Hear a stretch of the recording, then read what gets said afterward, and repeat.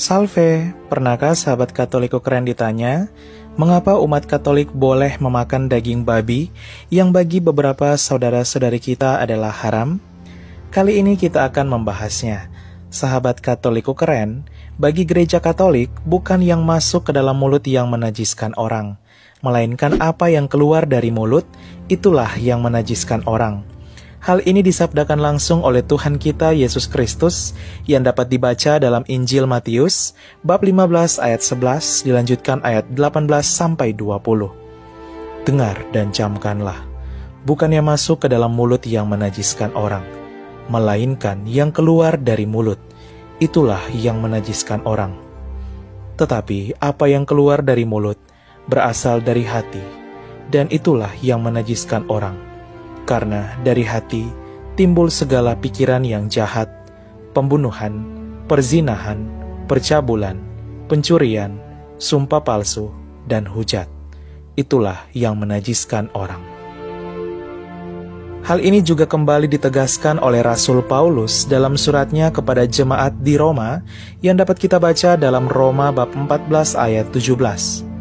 Dalam Tuhan Yesus tidak ada suatu makanan yang najis dari dirinya sendiri, sebab kerajaan Allah bukanlah soal makanan dan minuman, tetapi soal kebenaran, damai sejahtera, dan sukacita oleh Roh Kudus.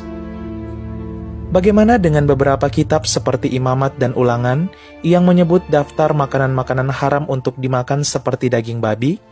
Misal Imamat bab 11 ayat 7-8. Demikian juga babi hutan, karena memang berkuku belah, yaitu kukunya bersela panjang, tetapi tidak memamah biak. Haram itu bagimu. Daging binatang-binatang itu janganlah kamu makan, dan bangkainya janganlah kamu sentuh. Haram semuanya itu bagimu. Sahabat Katolikku keren, ini merupakan tulisan di dalam kitab-kitab Perjanjian Lama, di mana merupakan gambaran yang akan digenapi dalam Perjanjian Baru. Perkataan Tuhan kita Yesus Kristus dan Rasul Paulus merupakan bagian dari Perjanjian Baru. Lalu, apakah itu berarti bahwa semua daging hewan dapat dimakan oleh umat Katolik? Tentu tidak.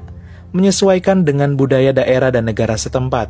Misal, umat Katolik Jawa tidak terbiasa memakan daging ular, sedangkan umat Katolik Minahasa menjadikan daging ular sebagai salah satu menu makanan. Contoh lain juga, umat Katolik India tidak memakan daging babi, sedangkan umat Katolik Papua Nugini menjadikan daging babi sebagai salah satu menu santapan.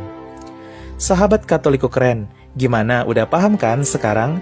Makan daging babi tidak menajiskan, karena yang menajiskan dalam gereja Katolik bukan apa yang masuk, melainkan apa yang keluar dari mulut, seperti fitnah, hujatan, dan caci maki, itulah yang menajiskan orang. Jangan lupa share video ini agar semakin banyak umat kita yang paham dan mengerti akan imannya. Sekian dan terima kasih. Salve!